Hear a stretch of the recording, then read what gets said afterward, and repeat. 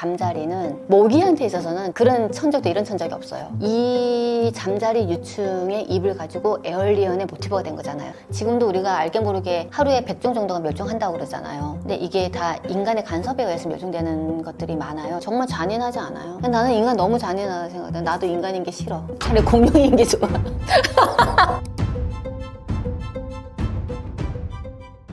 잠자리가 원래 매우 거대했다고 하던데 지금은 작아진 이유가 뭘까요? 사실 잠자리가 출현한 시기는 고생대에 절지동물이 출현하면서부터 이제 등장을 했고요. 절지동물이라고 하면은 이제 다리에 마디가 있는 동물문들을 이제 절지동물이라고 얘기를 하고요. 잠자리 역시 곤충이기 때문에 곤충들은 다 절지동물문에 해당합니다. 고생대 실루리아기에 처음으로 등장을 했고요. 약 4억 4천만 년 전에 이제 등장을 했는데, 이 시기가 이제 석탄기입니다. 석탄기가 왜 석탄기일까요? 맞습니다. 석탄이 생겼다는, 지금 이 석탄기에 생겼던 석탄과 석유를 가지고 지금 우리가 먹고 살고 있잖아요. 어마어마하게 많은 양치식물들, 진짜 이것도 그냥 큰 게 아니라 진짜 어마어마한 덩치의 그런 양치식물들이 10m 이상까지 자란 인목류도 있었고요. 속세류도 있었고요. 이런 것들이 육지를 덮고 있었죠. 그렇다 보니 산소의 포화도가 지금보다 훨씬 더 높았어요. 약 35% 정도로.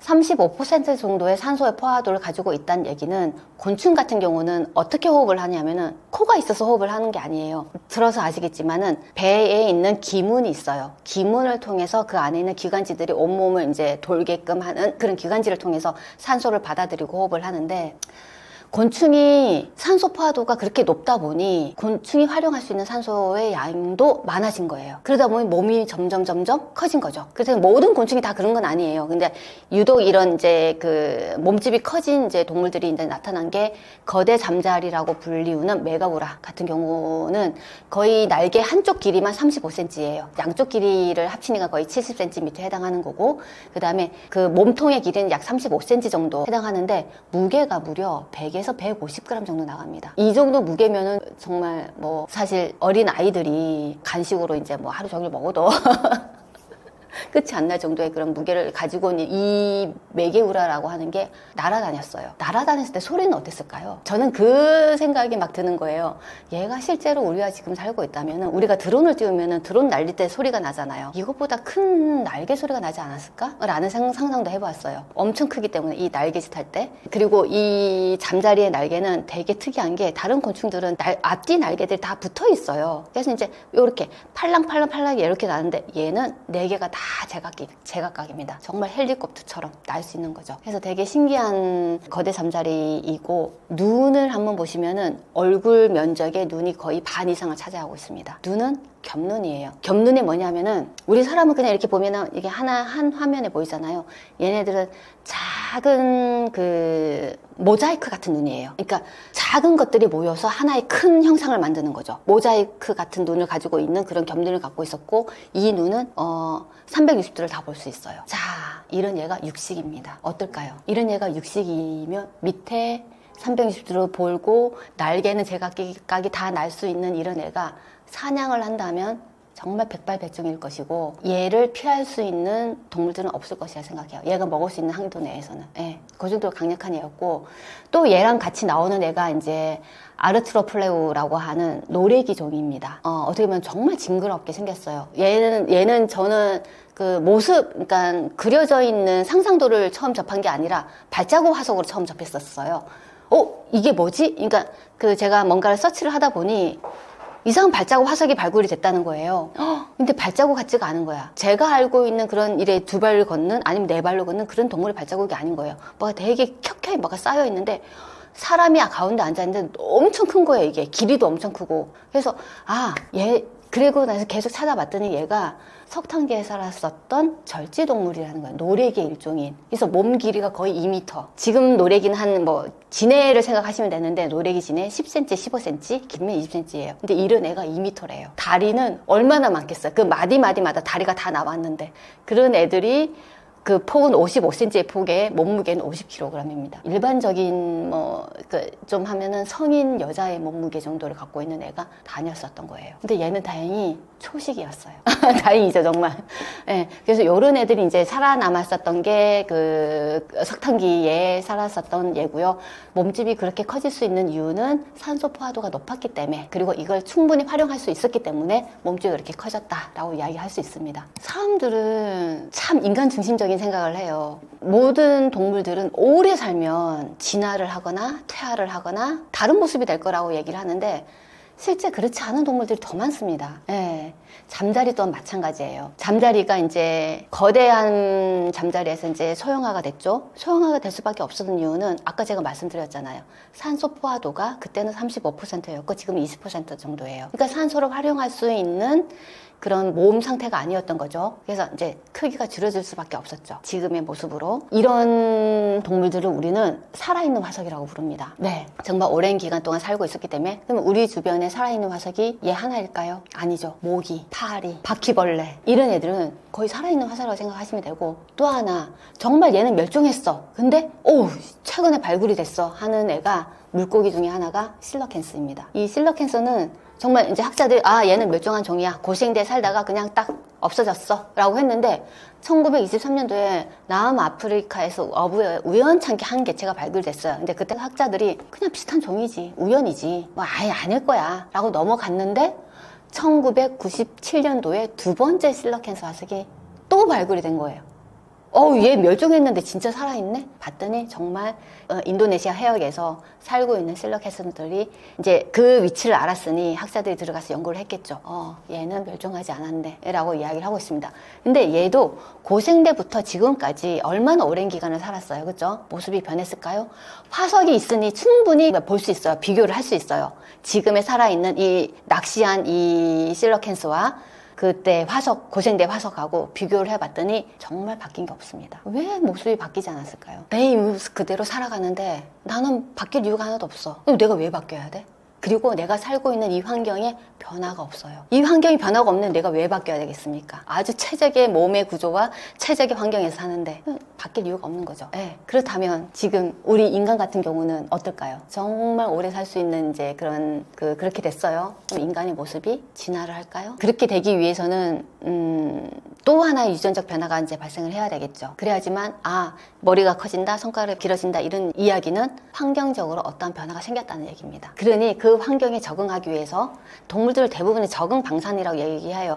하나의 그 조상 생물에서부터 이제 뻗어 나가는 거죠. 그 하나의 우리 인간이라고 하는 이 인간에서 환경이 바뀌었으니 나는 여기서 머리를 조금 더 키워야지 살 수 있겠어? 손가락을 조금 더 길어져야지 살 수 있겠어?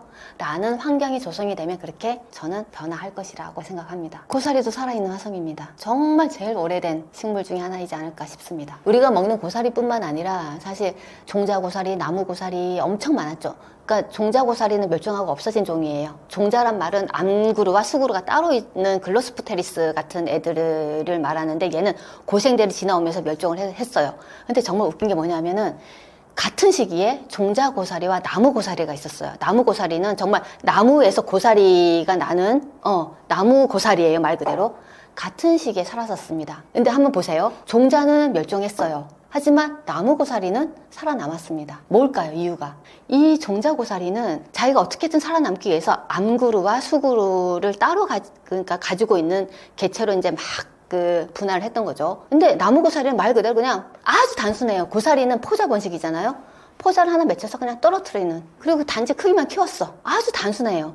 이렇게 막 복잡하게 살 필요가 없었던 거죠. 이 복잡하게 살았었던 얘가 오히려 폐렴기 대멸종 이후 멸종하고 말았던 거예요. 그러니까 복잡하다고 해서 다 오래 살고 진화하고 좋은 건 아니라는 거죠. 단순하지만 나는 포자로 번식하고 단순하게 살겠지만 오래 가겠다. 오히려 단순한 게 훨씬 더 롱런하는 경우가 있지 않을까요? 지금의 고사리들이 다 포자 번식하는 고사리들이에요. 다른 거 다 필요 없잖아요. 나는 물만 있으면 돼. 약간의 습기가 있는 물하고 약간의 빛만 있으면은 나는 어디 가서는 다 살 수 있어. 이러는 거니까. 진짜 이 중생대 들어오면서 이제 잠자리의 크기는 이제 많이 축소된 상황이고, 공룡들이 거들떠나 봤을까요? 육식공룡의 큰 공룡들은 잠자리는 그냥 지나간 하나의 장난감 정도였을 것 같고, 그러니까 작은 육식공룡들이 있었어요. 그런 랩터 같은 애들, 새끼 같은 경우, 아니면 육식공룡의 새끼 같은 경우는 이런 잠자리들을 사냥하면서 이제 그렇게 이제 놀았겠죠. 그렇다고 해서 공룡에 큰 영향을 미치거나 그러지는 않았을 것 같습니다. 산소 포화도가 많이 줄어들었으니 요 정도 사이즈이고, 화석도 그런 화석들이 많이 발굴되고 있어요. 단지 새끼 육식공룡들이 좋은 먹잇감 정도이지 않았을까요? 화석이에요. 걔는 화석으로 남아있어요. 네, 그래서 저희가 이야기를 하고 있는 겁니다. 잠자리가 모기의 천적이라던데 그렇게 사냥을 잘하나요? 아까도 이제 처음에 이제 그 대형 잠자리 얘기했을 때 얘기했다시피 잠자리는 모기한테 있어서는 정말 최대의 천적입니다. 그런 천적도 이런 천적이 없어요. 근데 사실 잠자리의 유충은 물에서 이제 서식을 하고요. 모기의 유충도, 장구벌레도 물에서 서식을 합니다. 근데 잠자리 유충은 이제 보시면 알겠지만 커요. 근데 얘 같은 경우는 작습니다. 크기부터 비교가 안 되죠. 그리고 제일 중요한 거는 잠자리의 먹이를 이제 사냥하는 방법이 정말 사냥꾼으로서는 최적의 입 구조를 가지고 있지 않나라는 생각이 들 정도예요. 이 잠자리 유충의 입을 가지고 에얼리언의 모티브가 된 거잖아요. 쏘면 바로 잡는 거죠. 거의 뭐 90% 이상의 사냥률을 갖고 있지 않을까라는 생각이 드는데, 이 유충이 같이 있으면 장구벌레는 아예 이제 전멸인 거고, 얘네들은 계속해서 이제 걔네들의 유충을 잡아먹으면서 물속에서 탈피를 해야 돼요. 그러니까 그러니까 잠자리 같은 경우는 불완전 변태라고 해가지고 유충, 그 다음에 바로 번데기 과정을 없이 성충이 되는 애고, 모기 성충이 되는 애예요. 그래서 얘네들은 점점 이제 탈피를 함으로 껍데기를 벗어냄으로 인해서 크기가 커지는 겁니다. 그래서 물속에서 한 9회에서 15회 정도 탈피를 하고, 마지막에 이제 성충이 되기 위해서 올라오면 번데기 과정 없이 바로 껍질을 벗긴 이제 탈피를 하는데, 이 9회에서 15회 정도의 탈피를 하기까지 얼마나 많은 사냥을 해야 될 것 같아요. 계속 먹어야 되는 거죠. 크기를 키워야 되니. 그래서 모기 유충인 이제 장구벌레는 정말 최대의 천적을 만난 거고, 탈피를 하고 나서 육지로 올라왔어요. 육지로 올라왔더니 또 모기의 성충을 사냥을 그렇게 잘하네, 얘가 또 잠자리가. 그 360도로 볼 수 있는 겹눈과 사방으로 그 날개짓을 할 수 있는 4개 각각에 따른 이 날개의 짓에 의해서 잠자리는 고속비행, 정지비행, 그 다음에 선해, 자유자재로 되는 곤충입니다. 근데 그 누구도 빠져나갈 수가 없죠. 네, 그래서 이 잠자리의 비행 속도를 알아봤더니 50km/h 정도 나와요. 얼마나 빨라요. 그렇죠? 그래서 360도 회전도 가능하니 그 모기나 파리나 뭐 이런 작은 곤충들은 뭐 사냥하는 게 일도 아닐 것 같습니다. 모기뿐만 아니라 다른 곤충들의 천적일 수밖에 없죠. 무시무시한 육식곤충입니다. 사실 곤충은 우리가 사람들이 쉽게 잡고 이렇게 가지고 놀지만, 곤충들 세계에서는 얘는 그렇게 잡고 놀 수 있는 애가 아니에요. 그 정도의 공포감을 주는 애고 그 정도의 크기인 거죠. 잠자리는 먹잇감의 비행 경로까지 예측한다던데 지능이 뛰어난 걸까요? 지능이라기보다는 본능이겠죠. 왜? 보이니까. 보이지 않으면은, 다른 곤충 같은 경우는 사실 뭐 그 곤충을 사냥하는 곤충 같은 경우는 그 딱정벌레류 뭐 이런 것도 있지만, 걔네들은 그 눈의 구조가 360도까지 볼 수 있는 구조는 아닐 거예요. 잠자리만큼. 근데 잠자리 보이잖아요. 그러니까 당연히 얘의 루트를 다 깰 수 있는 거죠. 예. 그래서 한번 레이더망에 걸리면 도망갈 수 없는 그런 구조인 거죠. 잠자리 되게 참 매력적인 곤충인데 너무 쉽게 생각합니다. 우리는 거대 잠자리 나왔고, 당연히 이제 공룡도 거대했고요. 그 중에 현생 포유류 중에서 제일 거대한 게 이제 대왕고래, 수염고래인 거죠. 길이는 현생인데 사람들이 이 대왕고래가 거대하다는 걸 생각을 못 하더라고요. 왜냐하면 바닷속에 있으니 우리가 쉽게 접하지 못하잖아요. 육지에 살고 있는 애들, 땅에 살고 있는 애들이 거대하다 그러면 와 대단하다 이러는데, 얘는 바닷속에 있기 때문에 이제 한 번씩 이제 그 물 표면으로 나서 숨을 쉴 때만 볼 수 있는 종이고, 길이는 약 30m이고 150에서 200톤 가까이 되는 그런 몸무게를 갖고 있고요. 근데 재미있는 게 얘가 수염고래예요. 수염고래는 먹이가 아주 작은 크릴새우예요. 네, 그걸 이제 걸러서 먹는 그런 동물입니다. 그 다음에 이제 제가 생각하는 거대 동물 고생대부터 얘기를 하자면, 시대별로 고생대, 중생대, 신생대가 있는데, 고생대는 어류의 시대라고 얘기를 하고요. 중생대는 파충류의 시대라고 얘기를 하고, 신생대는 포유류의 시대라고 얘기합니다. 그만큼 고생대에서는 그 바닷속 환경이 어류가 엄청나게 많이 이제 등장을 했던 거고, 그런 어류들이 이제 지금까지 오고 있는 중이죠. 이 둥클레오스테우스 같은 경우는 사실 실제 모습 자체가 다 화석으로 된 건 한 번도 발굴된 적이 없어요. 다만 머리만, 판피어라고 해가지고 머리가 아주 커다란 그 철갑을 두른 듯한 그런 판으로 둘러싸여져 있어요. 그리고 뒤에 있는 그 지느러미 배부부터 꼬리까지는 화석화가 되지 않았어요. 연골 조직이기 때문에 다 이제 남아있지 않은 거죠. 이제 머리만 봤을 때 몸무게는 거의 몸 길이를 따졌을 때 6에서 10m 정도 됐을 것이고 몸무게는 거의 이제 1톤에 가까운 어류였던 거죠. 근데 제일 신기한 게 뭐냐 하면은 이 녀석이 가지고 있는 이 이빨 같은 구조예요. 사실 이빨이라고 지칭할 수 없는 구조가 있는데 이 모양이 이빨처럼 생겼어요. 그래서 턱이 있으면은 얘가 그러니까 우리는 이빨이 있어서 이걸 그냥 아그작아직 이렇게 씹을 것 같잖아요. 근데 얘는 그냥 하나의 판으로 되어 있어요. 그래서 이걸 그냥 잡아서 꿀꺽 삼키는, 자르는 형태, 얘 두개골을 볼 수 있는 거죠. 이빨 형태도 그렇고. 그래서 이 악력의 힘이 거의 8,000뉴턴이라고 얘기를 하고 100상아리보다 훨씬 더 강력한 턱힘을 가지고 있었다라고 보고 있습니다. 네. 그 다음에 이제 신생대에 넘어와서 이제 포유류의 시대인데, 신생대도 메갈로돈 같은 경우, 이 메갈로돈은 이제 고대 상어인 거죠. 이빨 길이만 해도 무려 이제 18cm나 되는 거고요. 그 다음에 몸무게 같은 경우는 거의 이제 50에서 70톤에 육박하는 그런 메갈로돈인데,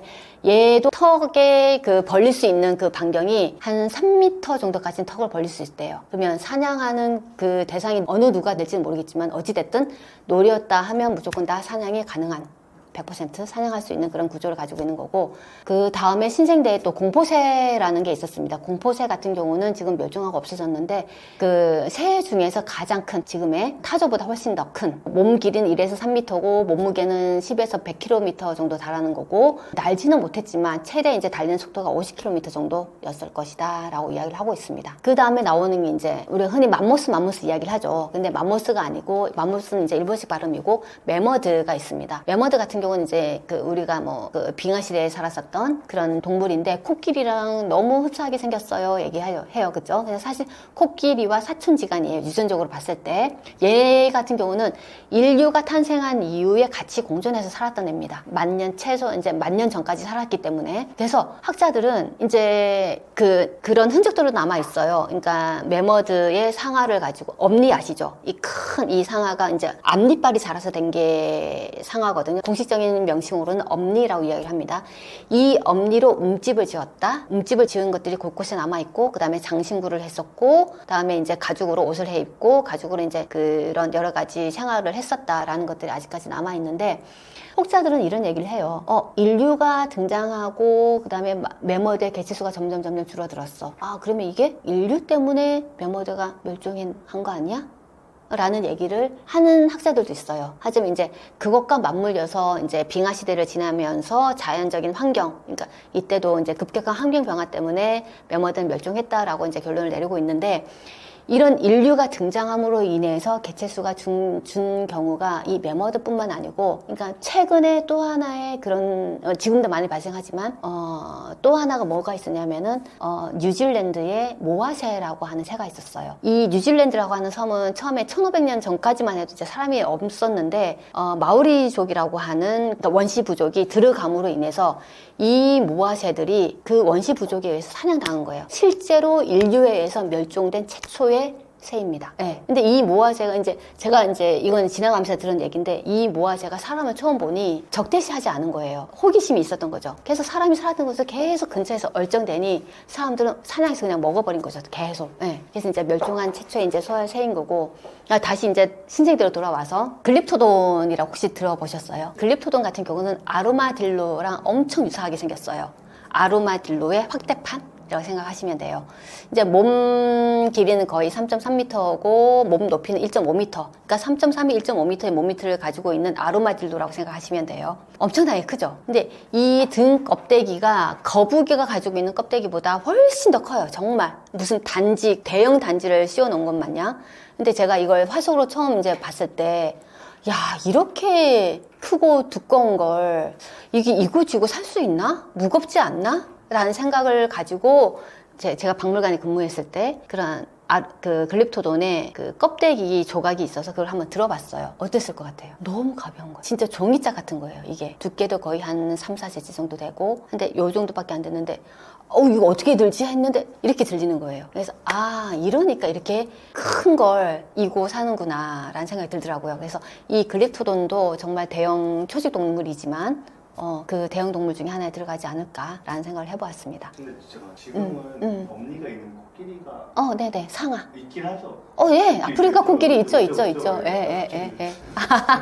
상아라고 얘기를 하잖아요, 저희는 흔히. 흰수염고래가 근데 흰수염고래, 대왕고래, 예, 맞습니다. 고래가 크릴만 먹어요. 맞습니다. 수염고래예요, 수염고래. 이빨고래가 아니에요.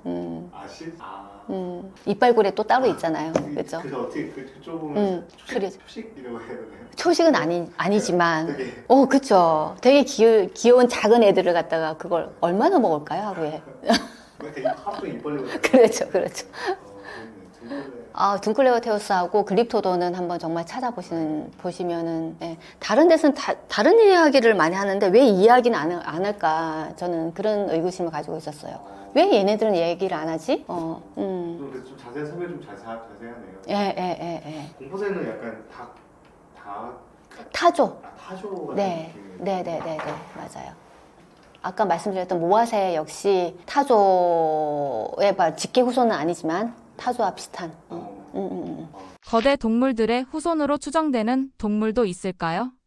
사실 거대한 동물들의 후손으로 추정되는 동물이라고 하면 코끼리밖에 없죠. 매머드의 유전자. 매머드는 유전자를 이제 뽑을 수 있는 게 빙하 상태에 그대로 남아서 화석이 된 것들이 있기 때문에 그걸 유전자를 이제 부호근화가 이건 아니지만 분석을 했을 때 코끼리와 사촌지간이다라는 것까지는 명확히 밝힐 수 있어요. 예, 그 정도이고 그다음에 모아새. 아까 말씀드렸었던 것처럼 타조와 유전적으로 가장 유사한 멸종한 동물 중에 하나가 모아새입니다. 이 모아새 같은 경우는 타조는 키가 거의 많이 커봤자 1.5m 정도인데 얘 같은 경우는 3.6m예요. 그러니까 타조보다 훨씬 더 큰 종이었고요. 몸무게는 260kg에 달하는 종이었는데 사람에 의해 멸종된 최초의 동물입니다. 그래서 뉴질랜드에서만 서식했던 이 모아새를 마오리족이 이제 들어감으로 인해서 1500년경부터 계속 사냥을 해서 개체수가 줄어들어서 19세기에 완전히 멸종한 새입니다. 참 안타깝죠. 지금도 우리가 알게 모르게 하루에 100종 정도가 멸종한다고 그러잖아요. 근데 이게 다 인간의 간섭에 의해서 멸종되는 것들이 많아요. 자연적으로 멸종되는 것보다는 좀 씁쓸합니다, 사실. 코로나 백신을 화석으로 만들었다던데 사실인가요? 투우개도 고생대부터 살아있는 화석이에요. 근데 걔도 점점 이제 그렇게 되잖아요. 그러니까 사실 생각을 해보세요. 사람을 매달아 놓고 피를 뽑는다고 생각을 해보세요. 만약에 이제 어느 정도 피를 뽑냐면은 체내에 20%만 남겨놓고 피를 다 뽑는데요. 그 이제 우리 사람의 의학적으로 쓰기 위해서 그 파란 피. 근데 얘네들이 피를 20%만 남겨놓고 다 뽑아요. 살려줘요. 다시 보내줘요. 이게 살려주는 게 아니잖아요. 그러니까 그런 힘이 없는 애가 바다로 나가서 사냥을 하며 알을 낳고 살겠냐는 거지. 힘든 일을 시키고 있는 거고 인간이 너무 이기적인 거예요, 지금. 사람을 치면은 몸에 피가 없는 상황에서 야 나가서 돈 벌어와 할 수 있겠어요? 안 됩니다. 이건 역시 멸종 위기종이에요. 지금 사람의 이기심인 거죠. 다 이런 식으로 이제 생물을 활용하다 보면은 언젠가는 정말 인간밖에 없어서 멸종해버리는 지경에까지 가겠죠. 너무 안타까워요. 그러니까 사람들이 다른 대체를 마련을 해야죠. 얘네들만 언제까지 의존할 수는 없잖아요. 그래서 의학기술이 계속 발달을 해야 되는데 이제 쉬운 방법인 거죠. 있는 거 그냥 활용하는 거. 돈 안 들이고. 이건 되게 이기적인 거예요. 그 개발할 인력과 개발하는 그 기술적인데 돈을 투자하기 싫다는 거 아닙니까, 이게. 진짜. 정말 잔인하지 않아요? 나는 인간 너무 잔인하다 생각해. 나도 인간인 게 싫어. 차라리 공룡인 게 좋아. 제가 중생대 지구여행이라고 하는 책을 쓰면서 공룡을 좋아하는 1인으로서 저 말고 많은 분들도 제 책을 봄으로 인해서 공룡이 정말 여러분들한테 재미있는 이야기거리가 되면 좋겠다. 그리고 하나의 그냥 이 지구상에 이런 동물들도 정말 실제로 살고 있었네. 그리고 아이들이 정말 좋아하는 모티브가 공룡이에요. 그러니까 그 엄마 아빠가 책을 보시고 아이들한테 공룡 이야기를 재밌게 해줄 수 있는 그 정도이면 좋지 않을까라는 생각을 하면서 책을 썼습니다. 재밌게 봐주시면 감사하겠습니다.